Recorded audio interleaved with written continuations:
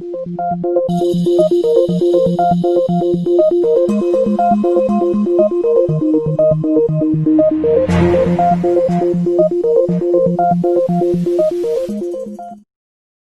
Everyone, आज की class में चैप्टर 2 यानी sexual reproduction in flowering plants को आगे कंटिन्यू करते हुए मैं आपको टॉपिक गायनोशियम एक्सप्लेन करने जा रही हूँ। ठीक है, इस टॉपिक को आगे कंटिन्यू करने के पहले मैं आपको ये एक्सप्लेन कर देती हूँ कि ये टॉपिक आप यहाँ इस क्लास में कैसे पढ़ रहे हैं। कैसे का मतलब, इसके पहले की सीरीज क्या थी और यहाँ पे आप इस टॉपिक के सीरीज तक कैसे पहुंचे हैं, क्योंकि मे बी कुछ स्टूडेंट्स ऐसे हों जिनके लिए ये फर्स्ट वीडियो हो। ठीक है, तो मैं आपको यहाँ पे एक शॉर्ट जर्नी एक्सप्लेन कर देती हूँ पहले, जो आपने इसके पहले पढ़ाई की है। अगर नहीं की है तो आप सुन लीजिए मेरे से। ठीक है, सबसे पहले जब हमने ये चैप्टर स्टार्ट किया था वहां मैंने आपको ये चैप्टर कैसे स्टार्ट किया था, फ्लावर के स्ट्रक्चर से। ठीक है, उस फ्लावर के स्ट्रक्चर में मैंने आपको उसके बाद ये बात समझाई थी कि किसी टिपिकल एंजियोस्पर्मिक फ्लावर के पास, ठीक है, बेसिकली 2 पार्ट्स होते हैं। 2 पार्ट्स का मतलब 2 कैटेगरीज भी हम बोल सकते हैं यहाँ पे। ठीक है, जिसमें से उसके एसेंशियल पार्ट्स भी थे और नॉन एसेंशियल पार्ट्स भी थे। अब बात आती है कि एसेंशियल पार्ट्स आप किसको समझेंगे और नॉन एसेंशियल पार्ट्स किसको समझेंगे। ठीक है, तो एसेंशियल पार्ट्स वो होंगे जो रिप्रोडक्शन में पार्टिसिपेट करने का काम करेंगे। ठीक है, और उनको हटा के एसेंशियल पार्ट्स को यहां से एक्सक्लूड करके हटाने के बाद जितने पोर्शंस और पार्ट्स फ्लावर के रिमेनिंग बच जाते हैं वो सब क्या कहलाते हैं, non essential parts of flower. ठीक है, तो इस जर्नी में मैंने आपको सारे नॉन एसेंशियल पार्ट्स की लेबलिंग और एक्सप्लेनेशन समझाने के बाद, ठीक है, फिर मैंने आपको काफी क्लासेस से मेल गेमेटोफाइट एक्सप्लेन किया था। ठीक है, जिसके बारे में हमने क्या पढ़ा था कि कैसे वो फॉर्म होता है। पॉलन ग्रेन्स की अगर बात करें तो उनका फॉर्मेशन कैसे होता है, दैट इज माइक्रोस्पोरोजेनेसिस। ठीक है, तो इन सारे लेक्चर्स के बाद अब टर्न किसका आ रहा है, अब टर्न आ रहा है female reproductive part of the flower का। किसका टर्न आ रहा है, female reproductive part of the flower. ठीक है, और उसको क्या टर्म दिया गया है यहाँ पे, that is gynoecium. That is gynoecium. अब क्लियर है।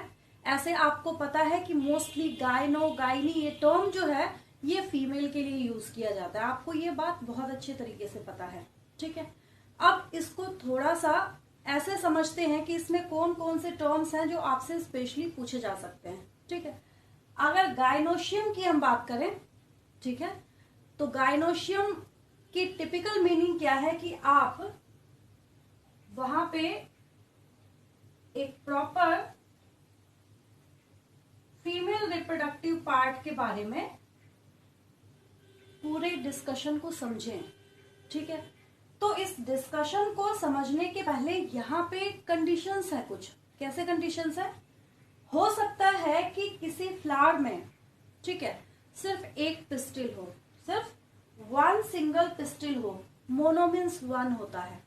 मोनो मीन्स क्या होता है, 1 होता है। ठीक है, और पिस्टिल है इसके लिए कार्पेल टर्म भी यूज किया जाता है। Stamen and carpel, stamen and carpel आपने सुन रखा था। ठीक है, जिसमें आप ऐसा बोलते थे कि अगर आप स्टैमेन बोल रहे हैं तो वो किसके लिए होगा, स्टैमेन टर्म आप मेल रिप्रोडक्टिव पार्ट के लिए यूज कर रहे हैं और कार्पेल टर्म किसके लिए यूज कर रहे हैं, आप वहां पे फीमेल रिप्रोडक्टिव पार्ट के लिए यूज कर रहे हैं। ठीक है, आसान हो गया।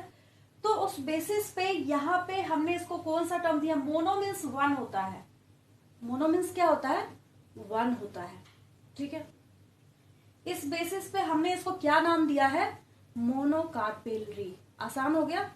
मतलब ये वैसी कंडीशन है जहां पे फ्लावर्स के पास एक सिंगल ओनली 1 पिस्टिल प्रेजेंट होता है। याद हो गया आपको, इतनी बार मैंने रिपीट कर दिया अभी तक। देन अब यहाँ पे एक दूसरी कंडीशन भी है। ठीक है, सेकेंड कंडीशन में यहाँ पे क्या होना है, that is termed as multi carpellary. क्या टर्म देना है आपको इसको, मल्टी कार्पेलरी। ठीक है, अब इस कंडीशन में क्या है, यहाँ पे मोर देन 1 पिस्टिल प्रेजेंट होते हैं। ठीक है, जब पिस्टिल एक ही है तो वहां क्या बात करनी कि वो फ्यूज भी हो सकते हैं या फ्री भी हो सकते हैं, वहां तो डिस्कशन वहीं खत्म हो गई।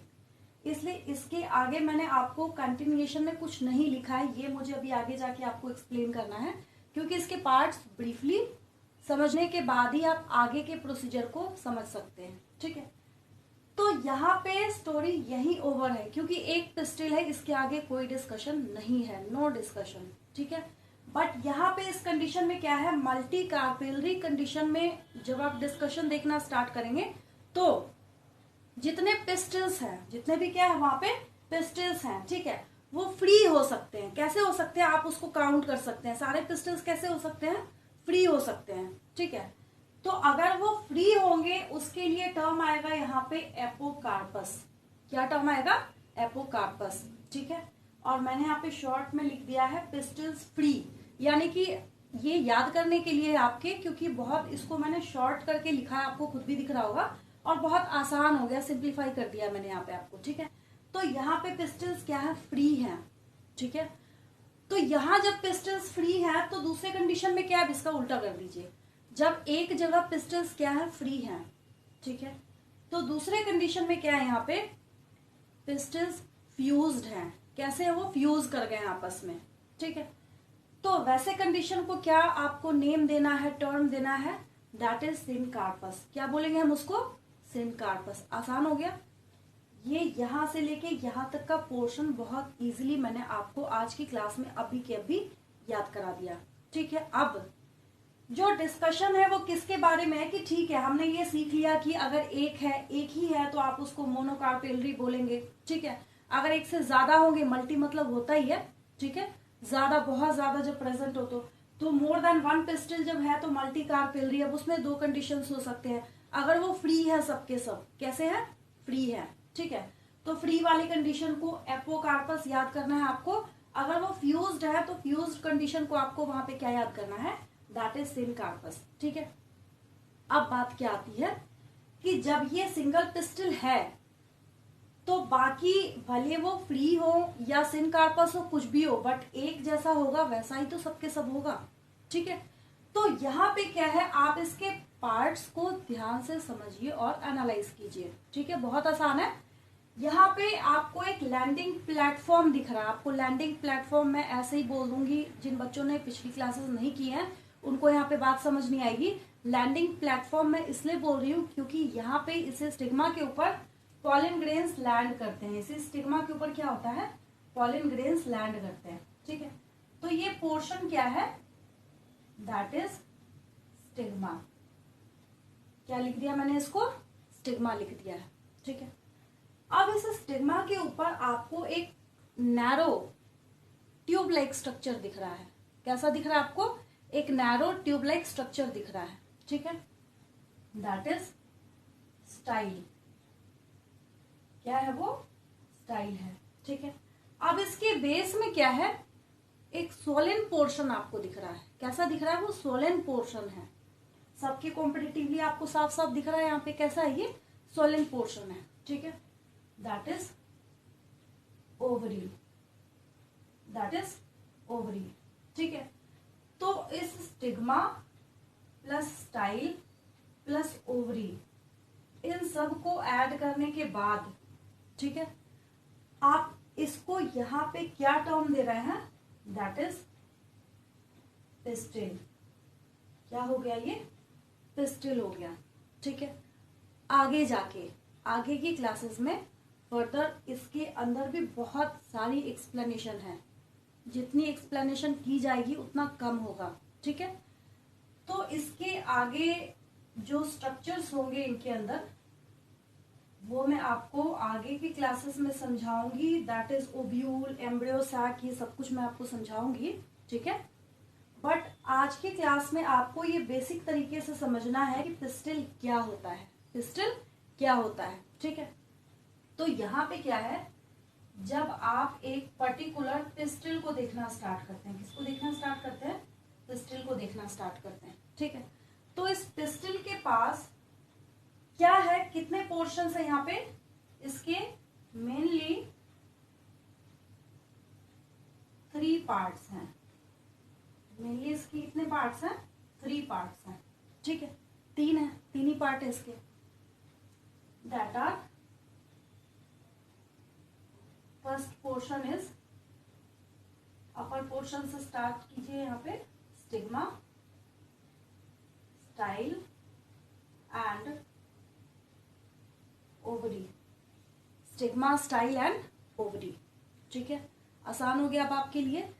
तो ये गायनोशियम का आप इंट्रोडक्शन भी समझ सकते हैं, शॉर्ट इंट्रोडक्शन भी समझ सकते हैं, क्योंकि अभी हमने इसके इंटरनल स्ट्रक्चर्स को एनालाइज करना स्टार्ट नहीं किया है। ये आपको कंफर्म्ड याद होना ही चाहिए। ऐसी चीजें मैंने आपको आज की क्लास में एक्सप्लेन करी है। ठीक है, तो ये सब कुछ सिंप्लीफाई तरीके से आपको नोट्स भी वैसे ही प्रिपेयर करते जाना है। ऑनलाइन स्टडी का ये मतलब नहीं है कि आप बस टीचर्स को सुन रहे हैं और सुन के आप आगे बढ़ जा रहे हैं। ठीक है, ऐसा नहीं करना है, आपको प्रॉपर देखते हुए नोट्स भी प्रिपेयर करना है। इसके आगे के पोर्शन को मैं आपको नेक्स्ट क्लास में कराती हूँ। आई होप कि आपने नोट्स भी साथ में बनाया होगा और इसको प्रिपेयर भी किया होगा। ठीक है, थैंक यू फॉर वॉचिंग।